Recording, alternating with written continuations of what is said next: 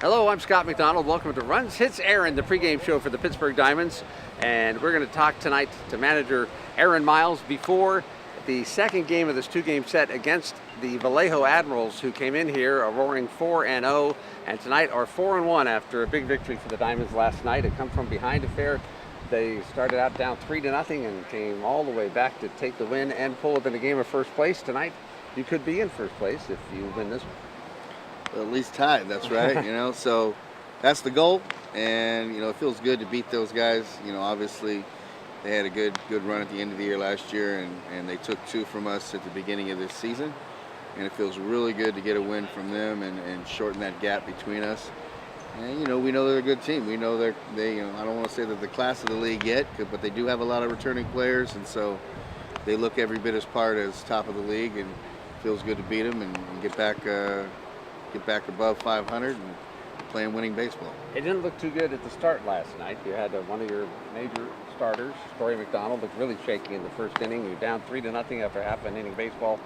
And then he got a lot better as the game wore on. That was not usually what you see, but he kind of went to reverse. Well, Mac's done that before. You don't try not to panic with him out there, although it didn't look good in the first inning. He's a professional. He's one of our veteran guys who we got a lot of confidence in. So if anybody can turn a game around, it's him. And that's why he's at the top of the rotation. And he's just very, very stable. He's not going to get rattled out there. Some guys would have. And he stayed true to his game plan. Started executing his pitches a lot better. Kept the ball down. Got the pitches he needed to when he needed to them. The second inning got a guy on, but then got that double play ball and settled right back down. And boy, he gave us a chance to win the game, and the offense took care of the rest. Spangler got an inning, Barnese got an inning, and Moskowitz got an inning. It was like a kind of a pre-written relief pitcher script, as far as I could tell you. One inning a game is not bad.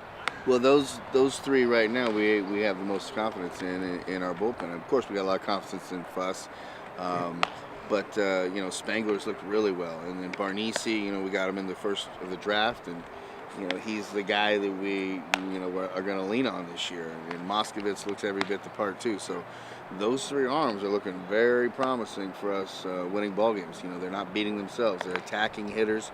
They've got good enough stuff to get the best out in the league, as we saw last night, and it looks really good because we feel we've got some great starting pitching. And if we can get those three guys to stay healthy and stay on top of their game, we're going to be good. And part of the comeback for the Diamonds was kind of the emergence of Jordan Van Atta, who had a good night at the plate, including a home run that barely stayed in fair territory. We've been waiting for that from Van Atta, but we know is exactly what we saw in spring. He hit the ball great. We've been waiting for it at the beginning of the season, and he was a little bit slow to start, but had a good day on Sunday. Came back Tuesday with a big day, and hopefully more of the same, and he looks good. Big bat in the middle of the lineup, which is what we need behind Wes Wallace. A strange dichotomy with Wes Wallace, where he's not playing, he's not doing very well at the plate, and then he comes up in the bottom of the eighth and he hits a home run or hits the game-winning run. He looks absolutely like he's struggling, and then all of a sudden he comes through with a major hit right at the most important time. Well, he's a guy, he's streaky, and he's the new class home run hitter, where he's going to strike out a bunch, but he's going to hit you some doubles, he's going to hit you a big homer. And I like him right where he is in the lineup. He's not going to hit into many double plays. When he does hit the ball, it's damage. And, we'll live with the strikeouts as long as we're getting the home run and the double, which is what he's going to provide.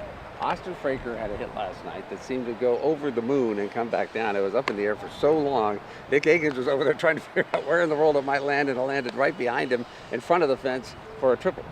It's a tough left field to play here, and obviously Fraker's one of those guys you'll never catch not hustling. He was running out the box, kept going. Very tough left field. The wind is playing here. We have the sun. Probably the toughest left field in all of the Pacific Association, and one of the toughest left fields in all of baseball to play in, for that matter. It is really tough out there. And that ball got down, and Fraker didn't stop. Went going the whole way, and to get on third base with nobody out, give yourself a really good chance to score a run. Fraker hustling the whole way, and I like what he's been doing lately. Some big hits on Sunday, big hits yesterday, and that's why he's at third base again tonight. We've looked through all the team. We went through the different positions, et cetera, in the first week.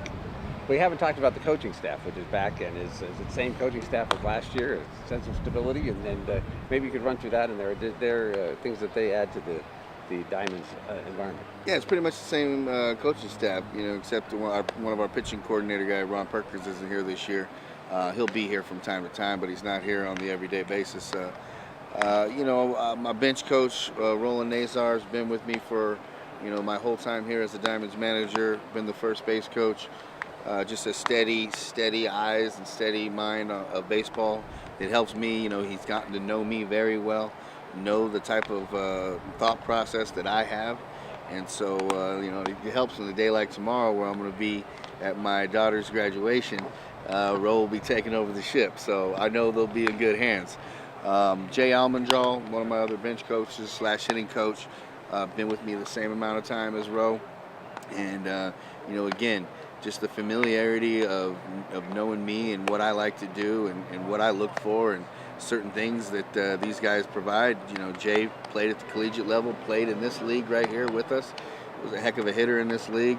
Knows a lot of the pitching staff, knows what, the pitchers in this league, some of the veteran guys, so he can help the hitters out with that part of what to face.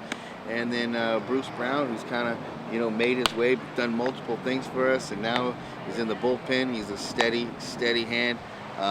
He'll do some catching at times in the bullpen, and also provide me, with somebody I can count on to let these guys know when they need to be up and what might be the scenario they're going to be up. And he's going to be on them, and we're glad to have him. So it's a good staff, and like I say, when I got to hand it off to these guys, when I go do something else. Sometimes I might leave to go St. Louis or something. When I gotta cut out and do something, these guys are right there to take it over for me. What about tonight's game? The Diamonds have a chance, like we said, to at least crawl into a tie for first place, and they're going to have Brett Solano on the mound. Solano attacks the hitters, gets after them. Nice little two-seamer, mixes well. Does not beat himself, so hopefully he won't get into that tonight. But he's usually a control pitcher. With very good command of his two-seamer and his slider. He gives us a chance to win every time out, and I feel he's going to be one of the best pitchers in the league. Next two games are at Sonoma. Are you looking for the same rotation, Steyerwalt and then Freeze? Steyerwalt and Freeze, and then Saturday Jordan Brink will be starting. He'll be put on the roster, which means a roster move will be coming. But we're excited about Jordan Brink getting back in the starting rotation. Obviously, one heck of a closer for us last year, the Fireball rocket arm.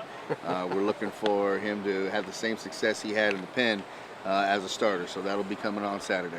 And that's against Napa in Napa. And after 3 games in the wine country, we come home on Sunday for 1 game against the Stompers, and then that's the close of the week. Right? That'll be the close of the week, and I don't try to look too far ahead, so we'll just look at the next 3. Okay. Well, thank you. Congratulations on your daughter's graduation. Thank you. All right. That's it for Runs Hits Aaron today. We will be right back for the start of tonight's game right after this.